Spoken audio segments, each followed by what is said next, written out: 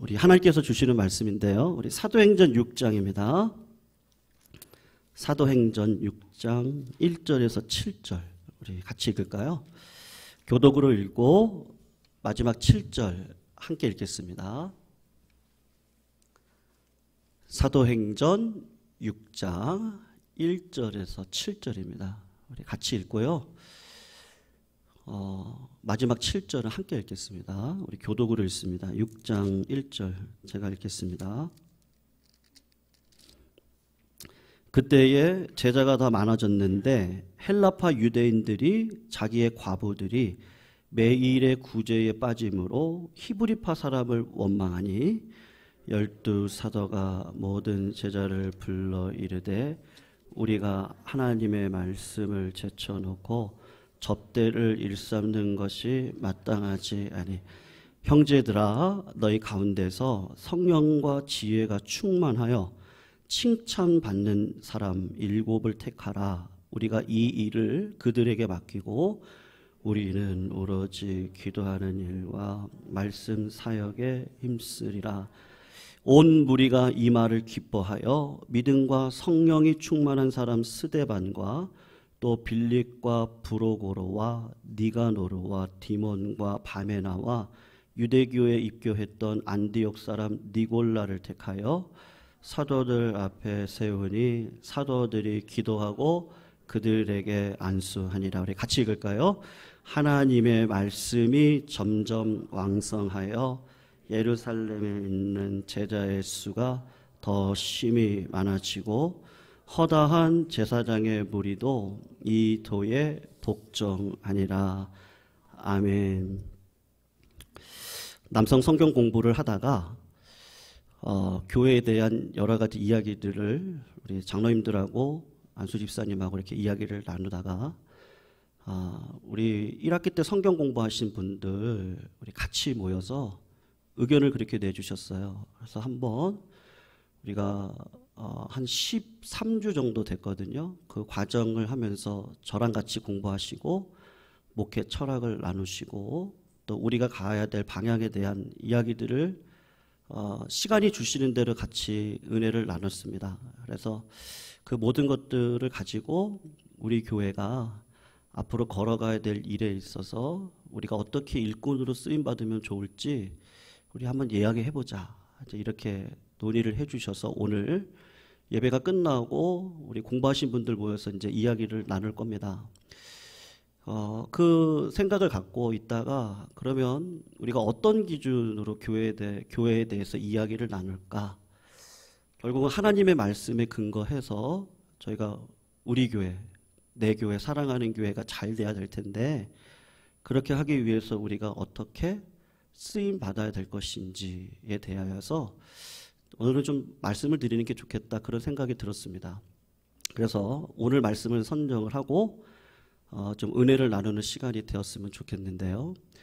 여러분 우리가 이제 인생길을 다 가다 보면 예기치 않은 갈림길들을 누구든지 만납니다. 근데 여러분 우리가 몸이 하나잖아요.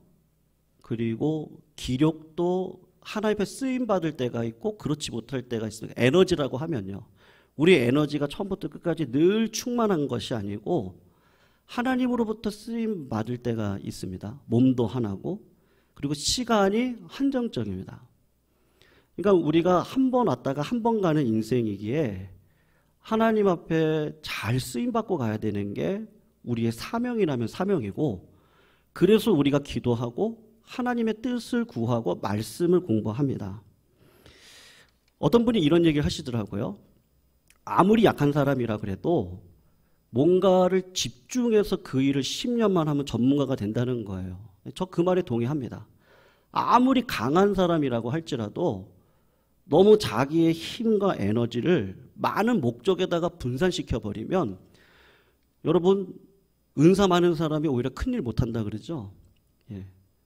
재능이 많은 사람이 오히려 이것도 해보고 저것도 해보다가 큰일을 못 이룬다고 이야기를 합니다. 그러니까 그 말이 딱 정답이에요. 한정된 시간이 있습니다. 하나님께서 우리를 쓰실 때가 있고 다음 세대가 세워질 때가 있을 거고 또 그 다음 세대들이 우리를 이어받아서 교회를 백년대계를 꿈꾸면서 걸어가야 될 때도 있을 겁니다.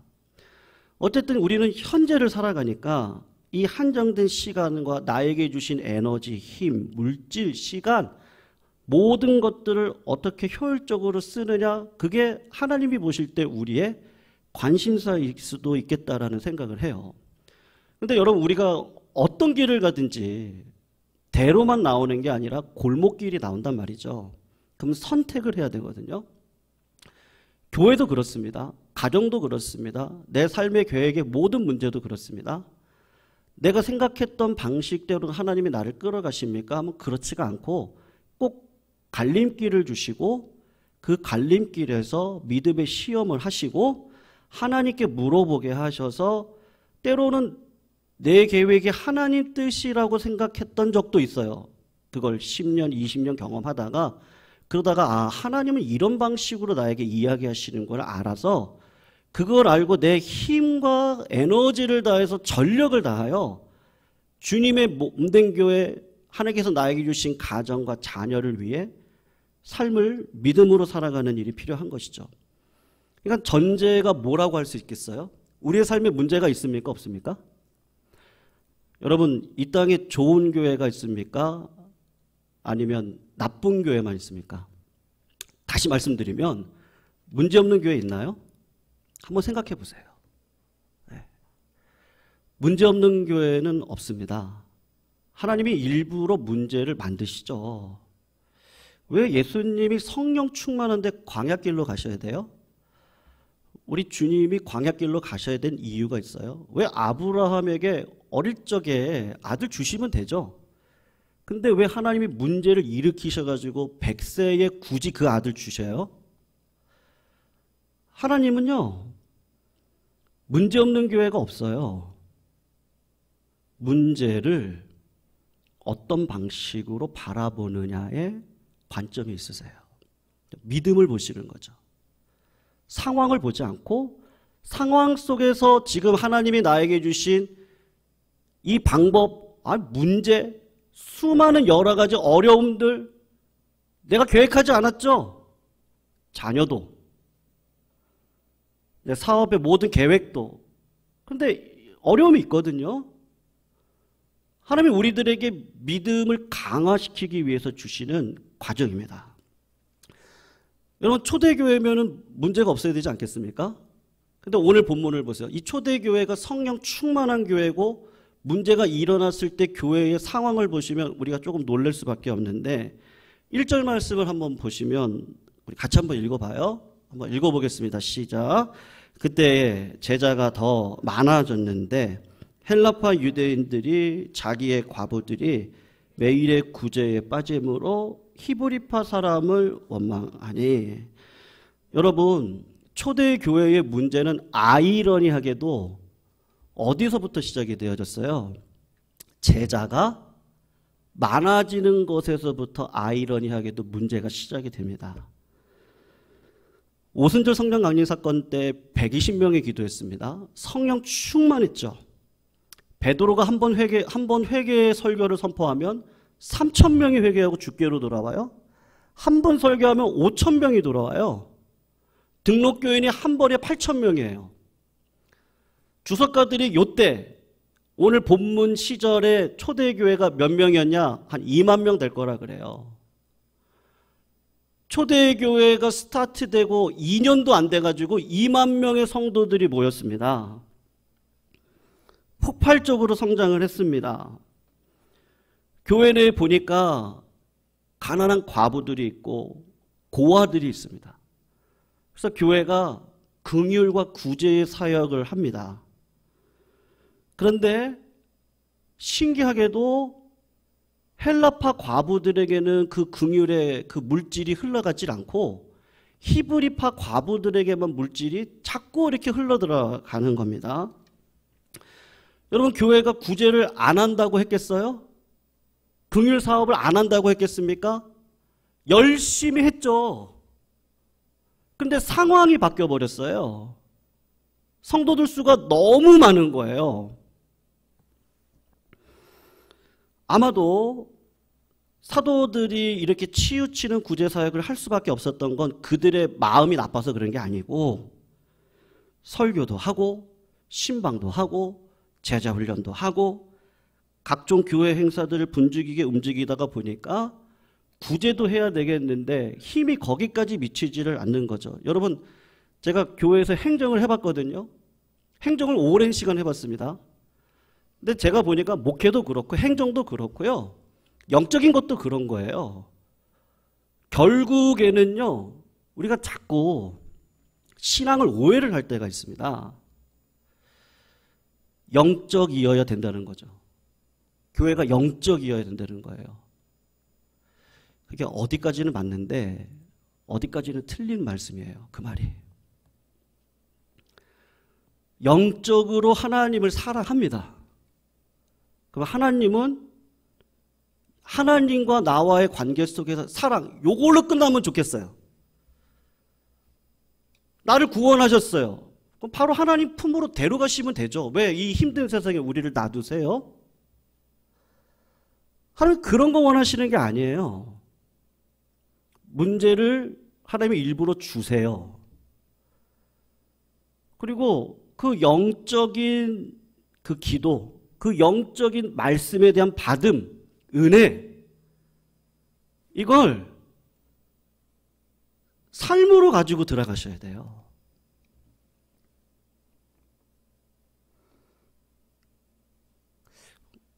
저희 멘토 목사님께서 이 목사, 제가 기도를 한 번 하면 이제 오래 했거든요.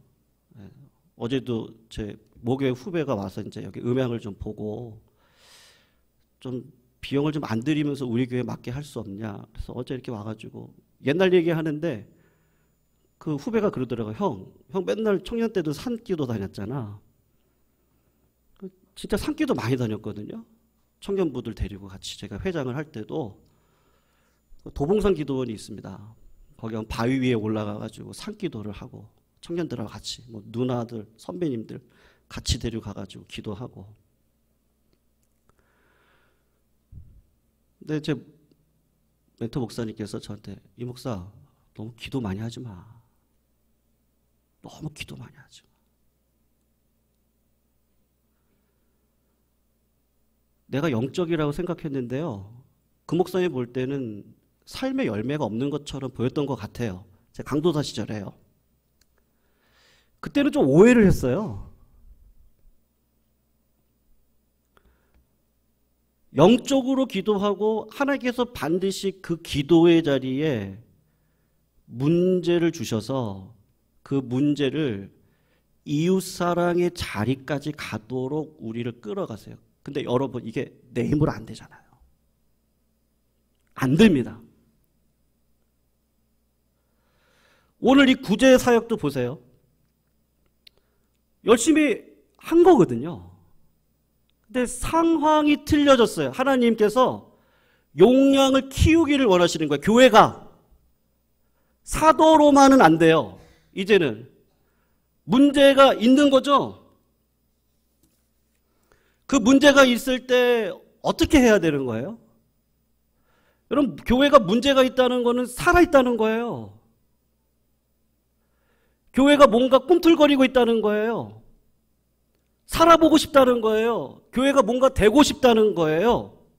교회가 꿈을 꾸고 싶다는 거예요. 우리의 삶의 수시로 찾아오는 상황 속에서 오는 어떤 분주함을 이겨내고 하나님께서 우리들에게 원하시는 게 뭐냐면 그 문제에 대한 관점인데, 여러분, 이 교회는 어떻게 문제를 풀어가죠? 2절 말씀을 한번 보세요.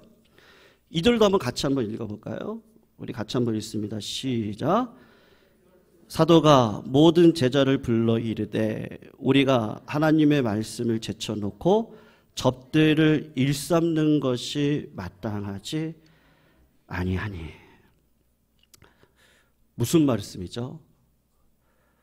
말씀에 닫히 내 마음을 어떤 환경 속에서도 요동치지 않게 하는 거예요. 마귀가 예수님 앞에 했던 첫 번째 시험이 뭐죠? 떡으로, 죄송합니다. 제가 배가 고픈가 봐요. 아침 안 먹었거든요. 떡이 아니, 네, 돌로 떡을 만들어라. 그 근저에는 어떤 문제가 있는 거였어요? 하나님 문제를 주님께 딱 떨어뜨렸거든요. 하나님의 아들이에요. 그리고 하나님이세요. 근데 하나님이 어떤 상황을 주셨어요? 40일 동안 금식을 하고 기도를 해야 되는 상황을 주셨어요. 근데 마귀가 와서 하는 얘기가 뭐예요? 야, 너 하나님의 자녀라며. 그런데 왜 이렇게 어려운 일이 네 가운데 있니? 문제는 누구로부터 온 거라고요? 하나님께로부터 왔거든요. 하나님이 그렇게 연단시키고 훈련시키시는 거예요. 우리 과정을요. 고난이 유익이에요. 그걸 어떻게 이겨요? 우리 주님은 다른 방법이 아니었어요. 말씀의 주춧돌을 깊게 내 마음 뿌리에다가 박고 있는 거예요. 흔들리지 않게. 그래서 하나님께서 이르시되, 사람이 신명기의 말씀이죠. 떡으로만 사는 것이 아니라 말씀으로 사는 겁니다. 제자들도 똑같은 방식으로 교회의 문제를 접근한 거예요. 성 프란시스코의 평화의 기도가 있습니다. 주여, 저를 당신의 평화의 도구로 써주세요. 미움이 있는 곳에 사랑을, 다툼이 있는 곳에 용서를, 분열이 있는 곳에 일치를, 의혹이 있는 곳에 믿음을, 오류가 있는 곳에 진리를, 절망이 있는 곳에 광명을, 슬픔이 있는 곳에 기쁨을 심게 하소서. 여러분, 내 마음에 미움이 가득한데 이웃에게 사랑을 줄 수 있습니까? 내 내면에 원망과 분열이 가득한데 동료들에게 일치를 줄 수 있겠습니까? 내면에 절망과 슬픔이 가득한 사람이 어떻게 주변에 있는 사람들에게 기쁨을 줄 수 있겠습니까? 그런 법은 없습니다. 우리 주님이 말씀하신 것처럼 선한 사람은 그가 쌓은 선에서 매일 쌓아요, 선을. 미움이 들어왔는데, 분노가 들어왔는데 이걸 하루를 넘기지 않고 말씀으로 정화를 시켜서 깨끗한 마음으로 하루하루를 쌓아갑니다. 쌓은 선에서 선을 내고 쌓은 악에서 악을 내는 거죠. 그러므로 문제가 발생한다는 건 좋은 일이에요. 그리고 교회가 성장할 수 있는 방법인데 어떻게 풀어가야 되죠? 성도님들 기도하시기를 주의 이름으로 축원합니다. 그런데 기도만 너무 하지 마세요. 오늘 이 문제를요, 성령의 능력으로 풀었습니까? 기적적인 방식으로 풀었습니까? 그렇지 않습니다. 일꾼을 세우는 방식으로 풀었어요. 동역으로 풀었어요. 사역으로 풀었어요. 다른 말로 하면 뭐죠? 교회를 시스템화하면서 문제를 풀어갔어요. 전쟁을 하려면 군인이 필요합니다. 건물을 지으려면 건축가가 필요합니다. 하나님의 일을 하려면 일꾼이 필요합니다. 일꾼이 필요한데 하나님의 방식은 뭐죠? 일을 먼저 만들어 놓고 일꾼을 부르는 게 아니고 내가 일꾼 되고 일꾼을 부르고 일꾼이 오고 일꾼을 통해서 하나님의 나라가 세워지도록 하는 방식입니다. 그러니까 무슨 말이에요? 일꾼의 자질이 더 중요한 거예요. 상황이 아니에요. 우리 교회가 이러니까, 우리 가정이 이러니까, 우리 자녀가 이러니까 그게 아니고 내가 비치면 내 주변을 비출 수가 있는 거예요. 내가 어둠이면 자꾸 어둡다고 말씀을 하시는 거예요. 일꾼은 어떤 사람이에요? 오늘 두 가지만 살펴보려고 합니다. 첫 번째로 1절을 한 번 더 보시면요. 그때의 제자가 더 많아졌어요. 헬라파 유대인들이 자기 과부들이 매일 구제에 빠짐으로 히브리파 사람을 원망합니다. 여러분 신앙생활하면서 제가 진짜 중요하게 생각하는 원칙 중에 한 가지가 뭐냐면요. 말입니다. 말. 언어입니다. 언어의 훈련입니다. 이 언어도 훈련을 받으셔야 됩니다. 이스라엘 사람들이 원망을 많이 하는 사람인 것 같아요. 예, 노예 근성 가지고 살아가다 보니까 400년 넘는 인생 동안 늘 원망하고 살아오지 않았겠어요? 그걸 깨트리려고 광야 속에다가 우리를 집어넣고 믿음으로 살도록 하시는데 거기에 필요한 건 감사거든요. 근데 뭐 모세한테도 원망하고 여호수아에게도 원망하고 하나님이 뭐라고 얘기하시죠? 여러분, 내 행함의 실천만큼 중요한 게 뭐라고 얘기하세요? 야고보서를 보면요, 말이라고 이야기를 해요. 내 말 한마디가 교회를 분열로 이끌어 갈 수도 있고 내 말 한마디가 가정을 살릴 수도 있고 교회를 살릴 수도 있거든요. 말 한마디입니다. 그래서 어떻게 보면 행함보다 더 중요한 게 뭔지 아세요? 내 입술의 고백이에요. 근데 그 고백의 근거는 어디서부터 와요? 말씀으로부터 올 수밖에 없어요. 이스라엘 백성들이 광야 생활하면서 광야를 주신 하나님의 의도가 있었거든요. 그걸 알면 감사해요. 감사로 이 시험을 이겨가면 하나님은 나에게 가나안 땅을 주실 거예요. 믿음의 용사가 되게 하실 거예요. 참된 복락을 누리며 살아갈 수 있게 하실 거예요. 근데 이 사람들이 평소에 살아왔던 삶이 늘 부정적이었어요. 늘 원망이었어요. 늘 불평이었어요. 그러니까 하나님이 매일 은혜를 주는데요. 만나의 은혜를 주시고 매출하게 은혜를 주시고 물의 은혜를 주시고 다 은혜를 주시는데도 조금만 문제가 터지면 뭐라 그래요? 원망해요. 그러니까 하나님께서 참다가 뭐라고 이야기하시죠? 민수기 14장 28절인데 우리 같이 한번 읽어볼게요. 민수기 14장 28절 우리 같이 한번 읽어보겠습니다. 시작. 그들에게 이르기를 여호와의 말씀에 내 삶을 두고 맹세하노라. 너희 말이 내 귀에 들린 대로 내가 너희에게 행하리니. 여러분, 자꾸 내가 망하겠다, 왜 그럴까, 자꾸 그러시면요 망합니다. 내가 자꾸 죽겠다 그러시면요, 안 그래도 상황이 힘든데 자꾸 죽을 수밖에 없도록 하나님이 끌어가시는 거예요. 그러니까 성도들, 우리가 산에 가서 야호 하면 그 말이 다시 되돌아오죠. 내가 말한 그대로 내 삶에 그대로 돌아옵니다. 이걸 믿으시기를 축원합니다. 제가 예전에 한번 유머로 말씀드렸던 내용인데요, 오늘 한 번 더 말씀드리려고 그래요. 다른 거 생각하다가 이게 좋겠다. 50평생을 같이 살아왔던 할아버지 할머니가 있었어요. 하루는 동네 잔치 가려고 두 분이 길을 나선 거예요. 할머니가 조금 길을 걷다가 약간 너무 힘드셨나 봐요. 허리도 아프고 무릎도 아프고 관절도 아프고 그래서 할아버지한테 좀 업어달라고 그랬어요. 그랬더니 할아버지가 나도 힘든데 업어달라고 그래? 속으로 이게 좀 미움이 쌓였어요.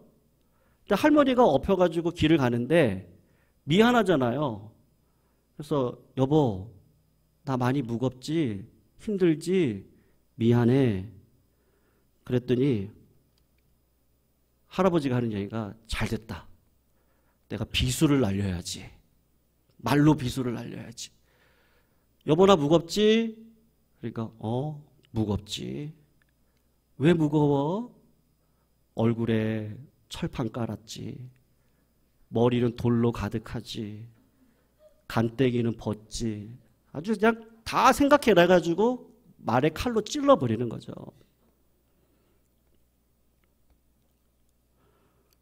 할머니가 화가 났어요. 미안하잖아요. 내려왔어요. 할아버지가 너도 한번 당해봐라. 그대로 돌아오는 거예요. 너도 당해봐. 할머니, 할멈 이랬겠죠. 여보, 나도 좀 업어줘. 할머니가 승질이 나는데 그래, 너도 한번 당해봐라. 일부러 업어서 몇 걸음을 뛰어갔어요. 할아버지가 얘기하는 거죠. 여보는 하나도 안 무겁지? 놀리는 거죠. 하나도 안 무겁지? 그러니까 할머니가 하나도 안 무겁지. 아니 왜? 머리는 텅 볐잖아. 양심 없지. 싸가지 없지. 예의 하나도 없지. 그래서 하나도 안 무거워. 네. 참 말이라는 게 신기해요. 그래서 성경은요, 이 말에 있어서 항상 조심하라고 이야기하는 것 같아요. 행한 만큼 중요한 게 뭐예요? 말이거든요. 말 한마디가 사람을 살리고요. 말 한마디가 상황을 역전시킵니다. 여러분, 그 샌디에고 가면은 그 샤무쇼라고 있거든요. 시월드가 있어요. 우리 한국에 한 20년 전에 그 번역이 된 책인데, 칭찬은 고래를 춤추게 한다라는 책이 있어요. 그 주인공이 누구냐면 샌디에고 그 시월드의 샤무쇼가 있어요. 제가 샌디에고에서 한 4년 가까이 사역을 했기 때문에 아이들 데리고 거길 몇 번을 간 적이 있거든요. 샤무라고 하는 범고래인데, 이 범고래가 무게만 3톤이에요. 그리고 포유류인데 잡식성이어서 사람도 먹어요. 그러니까 저희가 갔을 때만 하더라도 사람이 그 입에 타가지고 점프를 하는데 몇 메다까지 올라가면 3메다까지 올라갑니다. 근데 그러다가 사고가 난 적이 있었거든요.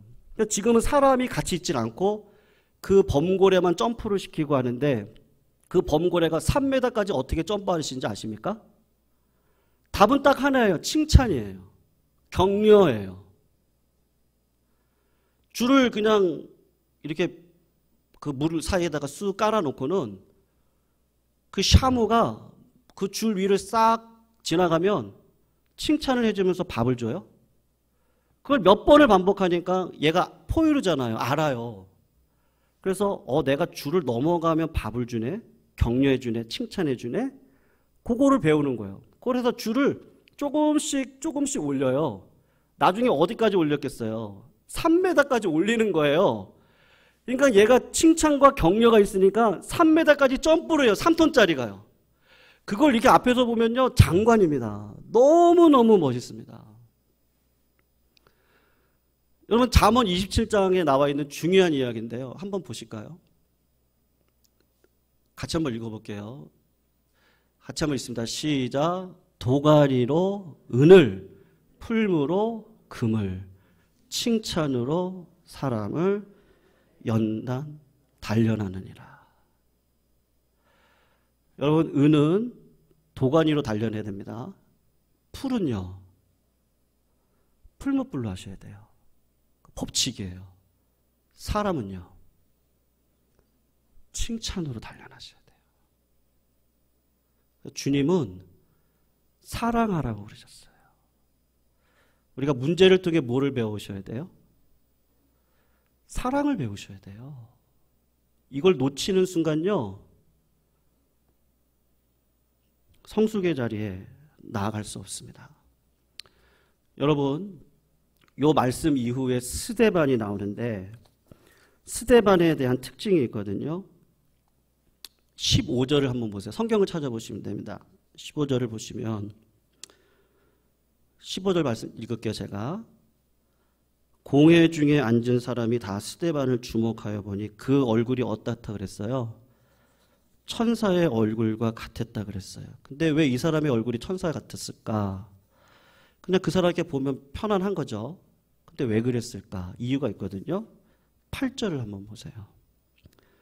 스데반이 뭐가 충만했다 그랬어요? 은혜와 권능이 충만했다 그랬습니다. 은혜의 반대말은 율법입니다. 여러분, 저도 경험한 사실이 있는데요. 알량한 지식 하나 갖고 있다고, 알량한 신학 지식 조금 더 깊게 공부한다고 판단했던 적도 저도 있었습니다. 근데 시간을 지나놓고 보니까 바보 같은 짓을 했더라고요. 제가 율법의 사람이었더라고요. 율법은 역할이 정죄입니다. 근데 은혜는 뭐죠? 은혜의 역할을 기다려주고 칭찬해주고 문제를 하나님의 관점에서 보도록 인도해 가십니다. 그러니까 사도들이 그걸 안 거죠. 접대가 필요 없다는 거 아닙니다. 일꾼들을 세워서 같이 동역을 해야 해요. 근데 그게 중요합니까? 은혜가 중요합니다. 그러니까 말씀과 기도에 전무해야겠다. 목회자만 그래야 됩니까? 성도님들도 그러셔야 됩니다. 혼자 일하시면 안 됩니다. 그러면 지칩니다. 저희 교회가 다 중요해요. 그런데 소그룹 모임이 중요해요. 제가 왜 그렇게 생각하는지 아십니까? 우리가 자꾸 만나서 섬기는 게 얼마나 힘든지를 배워가셔야 돼요. 여러분, 섬길 때 그냥 섬깁니까? 물질이 필요합니다. 물질이 없습니다. 그럼 기도하시면 돼요. 너무 영적해가지고 기도만 하고 계세요. 그리고 하나님 음성 들었대요. 근데 삶은 안 내려가 계세요. 삶엔 안 계세요. 헌신 없고 희생 없어요. 하나님이 자꾸 문제를 주세요. 왜요? 들어가시라고. 들어가셔서 섬겨보셔야 돼요. 얼마나 힘든지 아셔야 돼요. 사람과 사람의 마음이 맞는다는 게 그렇게 쉽지 않아요. 내 가정에 초대한다는 거 쉽지 않아요. 밥을 산다는 거 쉽지 않아요. 말씀으로 교제한다는 거 쉽지 않아요. 근데 그게 힘드니까 하나님 자꾸 기도해서 받으셔야죠. 재물의 복도 받고 인권의 복도 받고 다 받으셔야 돼요. 근데 이웃사랑의 자리에 나가지 않고 너무 영적이셔서 하나님과 나만 교제하고 있어요. 그건 아니에요. 하나님은 그런 방식으로 교회를 이끌어 가시지 않으세요. 사랑하는 성도님들, 자꾸 돈 없다 그러면 계속 없습니다. 네. 그렇다고 제가 뭐 과도하게 헌금하라는 얘기 절대 아니에요. 그게 아니고 영적인 원리에 맞게 삶을 살아가면 부족해요. 그거 하나님 앞에 기도하셔서 그걸 이적과 기사와 표적이 나오잖아요. 이 일을 하다 보니까 하나님이 은혜를 주셔서 가게 하시는 거죠.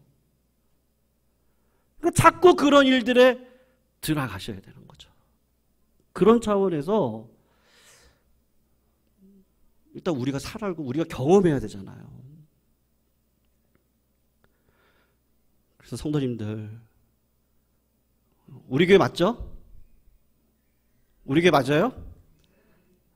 내 교회 맞아요? 아닌가 봐요. 내 교회 맞고 우리 교회 맞아요? 맞으시죠? 네. 한국 교회가 우리 교회 맞습니까? 다 우리 교회죠. 부모의 희생 없는 가정이 있어요? 그런 가정 없습니다. 우리 성도님들께서 아비의 마음으로, 그냥 아비는 결국 어떻게 해요? 저 나쁜 놈의 새끼. 아들 보고도요. 제가 지금 여기서 욕을 못 하겠는데요. 뭐 이렇게 하고 가지고 그래도 뭐예요? 아유, 내 자식이에요. 내 자식이에요. 저걸 누가 낳았어요? 저놈이 누구 닮았어요? 나 닮았지. 저런 방 항상 그래요. 당신 어릴 때랑 똑같은 것 같아. 네. 누구 닮았겠어요? 그러니까 어떻게 해요? 참아야죠. 관계를 끊어요? 불러다 놓고 얘기하고 격려하고 그래서 또 잘해보자 얘기하고 긍휼, 사랑, 은혜. 우리 교회가 그런 교회로 서가시기를 주의 이름으로 부탁드립니다. 그리고 성도님들 이렇게 내 눈에 보이시는 거 계시죠? 그거 누가 하라는 거예요? 보이는 사람 하세요. 알겠습니까? 부탁드려요. 뭐 계정 혼자 하는 것도 아니고요. 그냥 보이시는 분이 하시면 돼요. 네. 누구라 할 거 없어요. 그리고 말씀과 기도에 전념할 수 있도록 교회를 그렇게 하나님이 끌어가시면 하나님은 은혜의 사람으로 우리를 이끌어 가실 줄로 믿습니다.